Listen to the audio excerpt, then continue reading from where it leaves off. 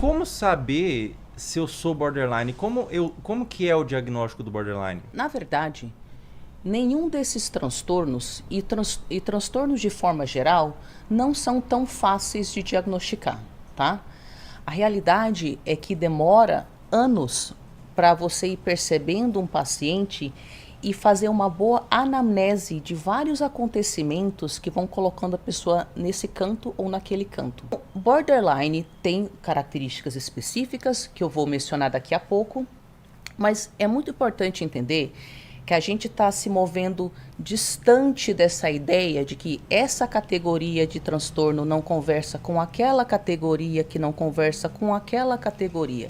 Então, o borderline pertence ao grupo B dos transtornos de personalidade, que inclui os narcisistas, os histriônicos e os antissociais. Também tem o grupo A e o C, e borderline, como esses outros transtornos, também podem ter traços do grupo A ou do C. E também, diante de gatilhos mais fortes, pode parecer que uma pessoa que tem um diagnóstico migra para outro. Mas o que está acontecendo é que uma parte da personalidade dela, diante de um forte gatilho, assume uma posição muito mais intensa numa tentativa de proteger a personalidade contra uma dor. Então, borderline costuma ter quais sintomas? Lembrando que é tudo misturado na prática, tá? Borderline é marcado, acima de tudo, por desregulação emocional, gatilho forte de abandono, um enorme vazio, dificuldade de regular a raiva, ok? Um senso de identidade instável. Então, o que isso quer dizer? Quando a gente fala desregulação emocional, nós estamos falando sobre pessoas que têm um sistema neurológico muito sensível, de forma que quem está de fora vendo aquela reação pensa, nossa, que drama. Mas a pessoa internamente, de fato, está sentindo aquilo. Ela está sentindo uma resposta emocional que a sobrecarrega de tal forma que, quando ela tem esse gatilho, ela pode ter várias partes da personalidade que fazem coisas diferentes para lidar com essa intensidade absurda. Algumas pessoas borderline viram toda essa intensidade para si e podem se fazer mal. Então, algumas, não todas as pessoas borderline se cortam. Algumas, não todas as pessoas borderline começam a ter gatilhos de autodestruição, que pode ser com droga, pode ser com comportamentos desenfreados e impulsivos. E algumas pessoas borderline externalizam esse comportamento. É como se uma parte da personalidade dela, ao se sentir profundamente injustiçada numa relação interpessoal, falasse, peraí que eu vou proteger a gente. E nesse estado de intensa raiva, a pessoa borderline que externaliza, nem todo borderline externaliza essa raiva. Alguns voltam só para si, alguns fazem as duas coisas. Mas nesse estado, para quem externaliza, a pessoa pune duramente quem está por perto. E quem está por perto não está entendendo a intensidade da resposta dela. Então, quem está por perto, da mesma forma que a pessoa borderline se sente injustiçada, pois ela sente tão intensamente o gatilho, a pessoa que está por perto também se sente injustiçada, porque eu não estou entendendo por que você está reagindo dessa forma tão intensa. Ela demora mais para se regular. Ela mesmo se regulando, muitos borderlines que não aprenderam a regular suas respostas emocionais, porque eles conseguem, com técnica, com terapia, eles conseguem muito mais do que eles acham que eles são capazes, tá? Com muito esforço, borderline vira toda essa intensidade para sua transformação e é capaz do nível de cura e recuperação que nem eles acreditam que eles são capazes de ter. É mesmo? Sim. É possível curar o borderline, Não, então? não é. Quando eu digo cura, eu usei a palavra cura, mas eu digo cura como um processo eterno. Não como a pessoa chega num ponto lá onde ela não tem mais as dinâmicas internas. Então, quando a gente fala sobre processo de cura ou tratamento, a gente está falando que a pessoa continua com dinâmicas internas que são a razão por trás dos comportamentos, mas ela passa a ter uma presença de espírito tão forte que agora a parte da personalidade dela que toma conta de tudo isso não são mais as partes caóticas desreguladas, é a parte adulta. Então, ela tem a intensidade interna, ela tem o gatilho de abandono, ela tem a instabilidade na autoimagem, que vai mudando com o tempo, mas agora ela tem uma parte adulta que fala, não, peraí, eu aprendi a pausar antes de falar com a minha irmã, com minha mãe, com meu filho, com meu namorado, com minha namorada. Então, ela aprende nessa pausa a criar um espaço entre a reatividade, que acaba destruindo a ela, que pode ser homem, tá? Pode ser qualquer gênero aqui, e também a resposta que ela costuma ter, que acaba, criando ciclos de autossabotagem, porque o que borderline quer é um acolhimento, é uma compaixão, é que o outro entenda o seu mundo interno. E os comportamentos da pessoa border, quando ela está muito ativada, acabam afastando exatamente essas coisas que ela quer, né?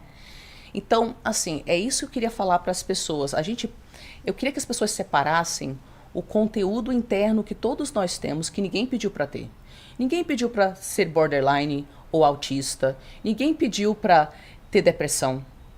Ninguém pediu para ter as coisas internas que fazem a gente externalizar comportamentos que nos sabotam ou sabotam os outros. Mas eu quero que as pessoas entendam que aquilo que a vida nos deu, a gente não tem escolha. Mas a gente tem escolha com treino 1% ao dia, perdoando-se pelo resto. A gente tem a escolha de aprender a lidar com isso. Então, para pessoas que têm pensamentos destrutivos, até ideação homicida, pessoas que têm muita escuridão, muita dor dentro de si. Isso não é uma falha pessoal, não é um fracasso, entendeu? A gente pode aprender a lidar. Então, é isso que eu quero que as pessoas entendam. Você não é culpado pela sua depressão, você não é culpado pelo seu transtorno de personalidade. Mas você vai ter que fazer um esforço, filha da p***, para você aprender a lidar com isso. E a gente pode passar muito tempo falando, mas a vida é injusta, mas meus pais foram injustos. E é válido isso, sabe? Existe uma dor legítima aí. Quanto mais tempo a gente passa nisso, em vez de aceitar a realidade tal qual ela é, menos tempo a gente passa em adquirir as habilidades onde a gente vai transformar a nossa vida e conseguir resultados que, com a nossa mente pequena, depressiva, doída, a gente não consegue nem imaginar. Então é isso. Povo, se vocês se identificam com qualquer coisa que a gente vai falar aqui, isso não é um fracasso pessoal. Tem um lugar na sua personalidade, que é a sua parte adulta, a sua parte sábia, que com muito treino, quanto mais você se conecta com ela, mais ela se torna a parte dominante da sua personalidade. E ela quer dar para você muito mais do que a sua mentezinha doída, traumatizada consegue imaginar. Quanto mais você entrega para essa versão futura sua, transformada, que existe dentro de você, a administração das suas questões internas, mais ela te dá, só que vai doer. Vai doer, vai ser mais esforço do que você imagina, mas você também vai ter muito mais ganho do que você imagina, então... É muito difícil, mas vale a pena, né? Porque as pessoas que têm o transtorno de borderline, você faz o outro sofrer, né? Só que a pessoa sofre muito também, né? Não é como o narcisista, que eu imagino que ele tem uma falsa resolução consigo próprio, porque ele não assume muita culpa, ele vive mais tranquilo. O borderline não, o borderline se culpa muito do que ele faz, né? Quando sai do impulso, né? Quando sai da impulsividade, ele desce e fala, caramba, cara, olha o que eu fiz. Às vezes tive uma crise aqui, destruí a casa e tudo mais, né? Quando a pessoa é só borderline, e aqui eu vou colocar um parêntese, muitos borderlines podem ter traços narcisistas e tem, particularmente um perfil de narcisismo chamado narcisismo vulnerável, tá? Mas não é todo borderline. Quando ela é só borderline, ela é absolutamente destruída pela culpa. Por isso que muitos borders viram a raiva contra si, sabe? Como forma de punição. No entanto, é por isso que eu falo, vamos desestigmatizar, senão a gente chega a conclusões falsas e artificiais que não ajudam as pessoas que estão buscando ajuda, que têm condições estigmatizadas. Então, por exemplo, tem-se uma falácia no Brasil de que borderline não pode ser narcisista. Isso não existe. existem vários perfis. E não te falei que a pessoa pode ter traço disso, daquilo outro, ou até comorbidade, o duplo diagnóstico. Mas isso não é a mesma coisa que falar que border é narcisista. São condições diferentes. Você vai encontrar border que não é narcisista, tá? Mas quando o borderline tem traço narcisista, costuma ter um traço específico, que chama-se narcisismo vulnerável.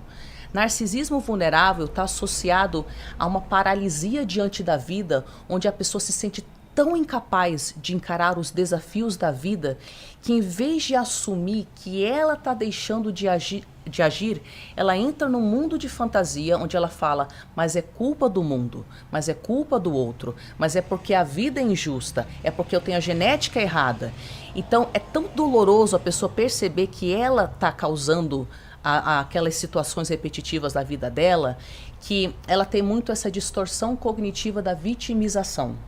E quando o borderline tem narcisismo, muitas vezes tem outros traços narcisistas que pode ter também. É esse lugar de, caramba, mas tu sabe a vida que eu tive, cara? Pelo amor de Deus, olha ao meu lado. E para deixar muito claro, a dor da pessoa é válida. O que não é válido é o comportamento que ela externaliza. Você entendeu? Entendi. Como a gente pode separar essas coisas? O tratamento é muito voltado aos comportamentos danosos do que a parar de sentir, a parar de ser como é. É, porque tipo assim, como eu falei, as respostas emocionais que a gente tem, elas estão fora do nosso controle. O que a gente faz é reagir a essas respostas emocionais. Com o tempo, quanto mais a gente aprende técnica de regulação emocional, mais a gente consegue fortalecer aquela parte do cérebro que consegue se distanciar daquela dor, barrar atitudes autodestrutivas e impulsivas e assim conseguir resultados melhores. Mas tipo assim, cara, é válido que a pessoa tem um sistema neurológico hipersensível, não pediu para ter isso. É válido que a maioria das pessoas borderline tem trauma na infância, cara, uns traumas às vezes horripilantes, difíceis de até ouvir, sabe? Isso não é culpa dela, ela tem razão. Mas assim, a realidade é o que ela é, não o que a gente gostaria que ela fosse. E dói muito chegar nesse lugar de raiva contra a vida, para quem é religioso, raiva contra Deus. E raiva contra si, contra a família. Tipo, caraca, que injusto, cara. Porque logo eu. Só que quanto mais cedo a gente chega nesse fundo de poço, de preferência com assistência terapêutica especializada, tá? Em muitos casos com o tratamento aí psiquiátrico junto, ok? Quanto mais a gente entende que esse fundo de poço é um lugar a partir do qual a gente pode entender. Tem o depois do fundo do poço, que é quando a gente fala assim, tá bom, agora eu aceitei. E eu vou trabalhar com o que eu tenho, onde eu tô, agora. Porque é a única coisa que eu posso fazer. E se você faz seu 1% ao dia perdoando-se pelo resto, isso tem um efeito cumulativo inacreditável a longo prazo, tá? Então, assim, eu tenho pacientes borderline, eu tenho amigos borderline que tinham data marcada para se auto-aniquilar, porque a pessoa não aguentava mais estar no planeta Terra, você entendeu? E a pessoa não tem mais isso. Não estou falando que em nenhum momento não vem aquela depresinha, mas a pessoa não chega naqueles gatilhos emocionais que chegavam a fazer com que ela rompesse com a realidade. Às vezes, algumas pessoas border têm um gatilho emocional tão forte que ela entra numa ideação persecutória onde ela está na psicose já. Então, ela começa a te acusar de um monte de coisa que você não fez, porque ela tá vendo o inimigo em tudo que é parte. Então, eu já vi pessoas conseguirem, já estão há anos sem ter esses tipos de gatilhos, sendo que era parte da vida da pessoa, através de um esforço inacreditável, tá? Mas que, como eu falei, tem esse efeito cumulativo a longo prazo. Você entendeu? Bacana. Então, você que tem transtorno de borderline, vale a pena você buscar tratamento porque tem como ajudar muito, né? Agora, uma outra pergunta. E quando não... Você falou muito para a pessoa que tem transtorno de personalidade borderline, né? E quando não é a pessoa que tem um transtorno, mas é a pessoa que está lidando com alguém que tem transtorno? Por exemplo, se eu me relaciono com uma namorada que tem transtorno de borderline, que conselho você daria para essa pessoa? Porque às vezes é muito difícil também se relacionar com essas pessoas, né? É muito difícil. São muitas... Às vezes o relacionamento é carregado de muitas brigas. O borderline, ele tem muito essa... Ele é muito propenso a cometer suicídio também, né? a autodestruição e tudo mais. E, claro, que a gente ama a pessoa, a gente fica muito... É uma guerra, às vezes, que você está vivendo, de ver a pessoa que você ama atentando contra a sua própria vida. É terrível, né? Ou por uma mãe que tem um filho borderline, ou mesmo por um filho que tem uma mãe borderline, ou um pai borderline, um namorado, namorada. Quais conselhos você daria para a pessoa que está lidando com alguém que tem transtorno de personalidade borderline? Tá, eu vou falar uma coisa que cada pessoa vai interpretar do seu jeito, tá? Então, assim, tanto para a pessoa que tem a condição, quanto para quem está lidando com ela, a pessoa tem que se fortalecer o máximo possível.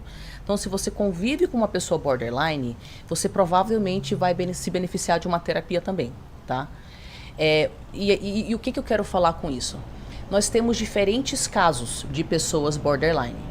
Nós temos como amigo meu, alguns pacientes meus que queriam ardentemente passar por esse processo de transformação. Com essas pessoas, se a gente tem energia mental e saúde para isso, porque eu posso desejar que você passe pelo seu processo de transformação, mas eu já estou em depressão e não aguento mais. Eu já estou usando droga para aguentar, essa relação está me fazendo muito mal. E eu tenho obrigação biológica de sobreviver. Então eu tenho o direito de escolher a minha vida e não a sua. Isso é difícil de falar. Então a primeira coisa que eu convido as pessoas a refletirem é, independente do diagnóstico com o qual você esteja lidando, você tem saúde mental para aguentar isso ou você vai por água abaixo daqui a pouco, se você não se cuidar. Nós não conseguimos, não faz sentido salvar o outro e a gente morrer por dentro. A empatia tem que ser limitada. E a empatia limitada ensina o outro que ele tem que fazer a parte dele, tá? Que ele é mais forte do que ele imagina. Então, tendo essa saúde mental, não, cara, eu consigo passar por esse processo, sabe? Com meu irmão, minha mãe, meu pai, meu filho, minha namorada, meu namorado, seja lá o que for. Aprenda sobre a condição, estude a condição, faça a sua terapia. Esteja muito claro com relação às suas necessidades e seus limites e não aceite menos. As pessoas confundem o que é empatia. Empatia não é passar pano e deixar a pessoa ficar no lugar de comportamentos desadaptativos, sendo que ela tem uma baita resiliência dentro dela. E se ela passar pelo processo, ela vai se olhar com orgulho no espelho de tanto respeito que ela ganhou por si mesma, porque ela aprendeu a lidar consigo mesma. Quando a gente vê uma pessoa que tem a capacidade de aprender a se regular, a fazer a terapia, a assumir responsabilidades, e a gente trata ela como, ai meu Deus, eu vou deixar você passar por cima de mim, porque você é tão frágil. A gente não está reforçando que ela tem essa resiliência sim. Então, em vez de falar, ai meu Deus, eu vou deixar ele agir assim, eu que me lasque. Não, a gente fala assim, meu amor, você é muito importante pra mim e eu não sei se tu acha, se tu entende o quanto tu é forte, cara. Tu tá vivo até hoje. Eu quero que tu saiba que tu é capaz de aprender a regular essa resposta emocional. Mas quando você age dessa forma, eu sinto profunda tristeza. Porque eu quero estar do teu lado e assim não dá. Então, quando você estiver assim, eu já vou te avisar agora que eu vou levantar e eu vou te dar o espaço para você perceber que você consegue se regular. Eu tô aqui e eu acredito em você. E você coloca o limite.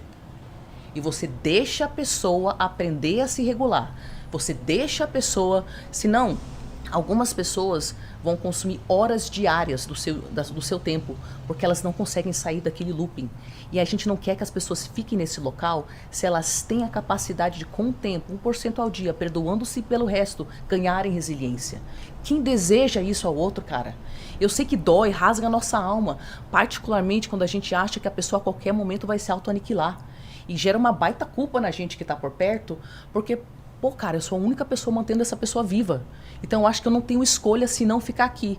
Então, é muito importante falar com a pessoa a partir desse lugar de eu acredito em você, eu tô vendo a tua força, olha tudo que você conseguiu até agora, tu vai conseguir isso aqui, e eu quero que a gente continue juntos, mas eu não consigo te ajudar a partir daqui. Você vai ter que fazer essa parte. E aí, a pessoa normalmente dá um surto lá, né? Porque ela se sente abandonada, cara. Ela se sente injustiçada, mas aí as pessoas que estiverem propensas a passarem por esse processo, porque elas percebem, nossa, peraí, parece que a pessoa age de forma amorosa, dói muito que ele ou ela não fique aqui me regulando, mas eles sempre me estimulam para crescer e os comportamentos concretos dessa pessoa com relação a mim são comportamentos de apoio, né, de me inspirar. cara, eu vou fazer por onde, sabe? E a pessoa vai lá e ela corre atrás, ela passa pelo processo. No entanto, o que acontece?